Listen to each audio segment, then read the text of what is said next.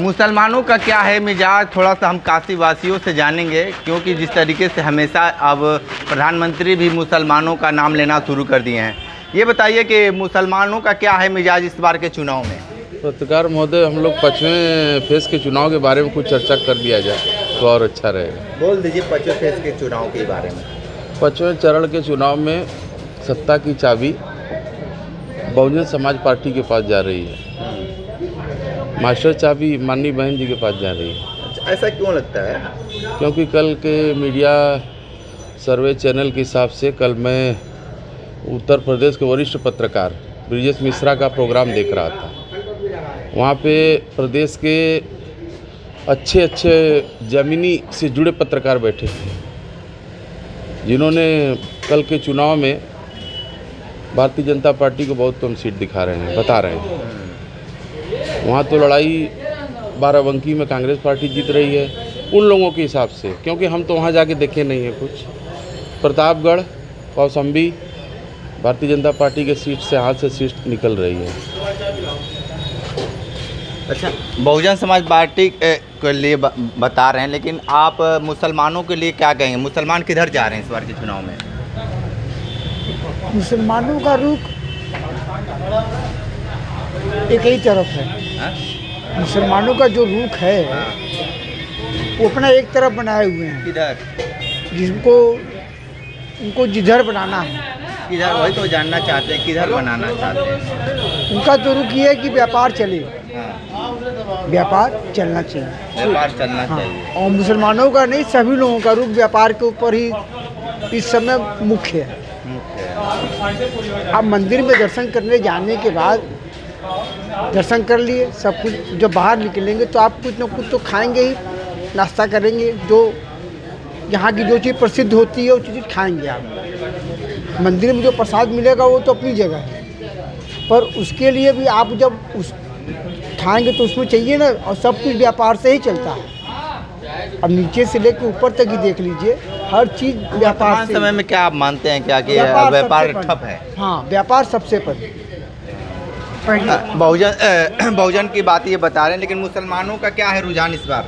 पहली बात तो बहुजन समाज पार्टी कहीं लड़ाई में है ही नहीं। इतना भी ये दावा कर लें, यूपी से एक भी सीट बहुजन समाज पार्टी नहीं पा रही है। मुसलमानों का क्या है रुझान? मुसलमानों का रुझान यही है कि कितना भी भाजपा कोशिश कर ले, हमारी निगाह में इनका वोट भाजपा को नहीं मिलना है। हाँ, 3 तलाक कानून हटाने की वजह से और महिलाओं को विशेष ध्यान देने की वजह से इनकी महिलाओं का वोट भाजपा को पड़ सकता है, लेकिन उनका रुख तो वही है कि जो बीजेपी को हराए वोट उसी को देना है। उसी को देना। मुसलमानों का क्या है रुझान, क्या मानते हैं? देखिए, पहली बात तो जो बहुजन समाज पार्टी की बात हुई है, तो बहुजन समाज पार्टी बहन जी जो है विपक्षी पार्टियों का जो वोटर है उसको काटने का काम करेंगी, ठीक है, और वो कर भी रही है।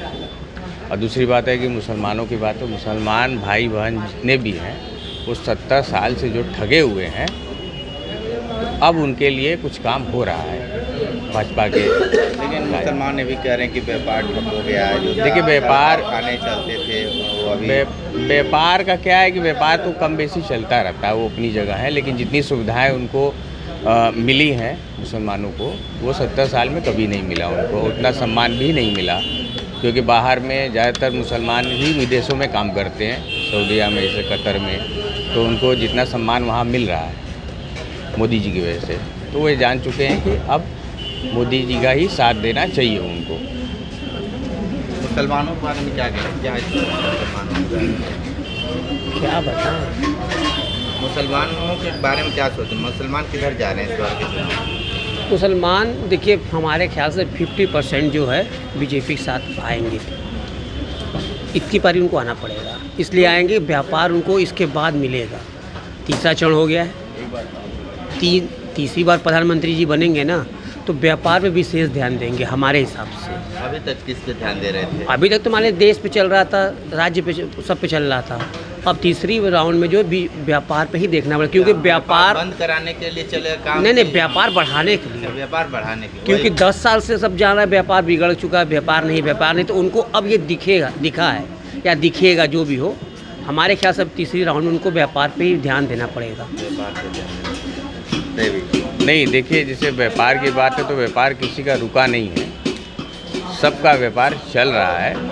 हालांकि अपना अपना बात है भाई, किसी का दुकान नहीं चलता है। जैसे बाज़ार में 4 दुकानें हैं तो 2 दुकानें चाहिए, 2 दुकानें नहीं चल रही हैं, तो अपने अपने व्यवहार पे दुकान चलती है, वो बात अपनी जगह है। व्यापार हल्का नरम हुआ है, हाँ नरम। उत्तर प्रदेश के 80 सीटों में मुसलमानों को सबसे ज़्यादा अगर कोई टिकट दिया है तो बहन जी दिए हैं। पूरे प्रदेश के मुसलमान बसपा पे भरोसा कर रहा है। मास्टर चाबी जब 17 सीट लेकर चंद्रशेखर जी प्रधानमंत्री बन सकते हैं तो क्या बहन जी प्रधानमंत्री नहीं बन सकती हैं देश की? बहन जी ने सबसे ज़्यादा उत्तर प्रदेश के मुसलमानों को टिकट दिया है और मुसलमान बहुजन समाज पार्टी को वोट कर रहा है। काशी के लोग ये भी बता रहे हैं कि बहन जी रेस से बाहर हैं। फिर से पूछिए क्या बोले हैं आप? बहन जी रेस से बाहर हैं, चुनाव के रेस से। वो तो चुनाव परिणाम के बाद पता चलेगा, चुनाव परिणाम हो गिनती होगा तब पता चलेगा। बीएसपी के वोट बैंक साइलेंट है।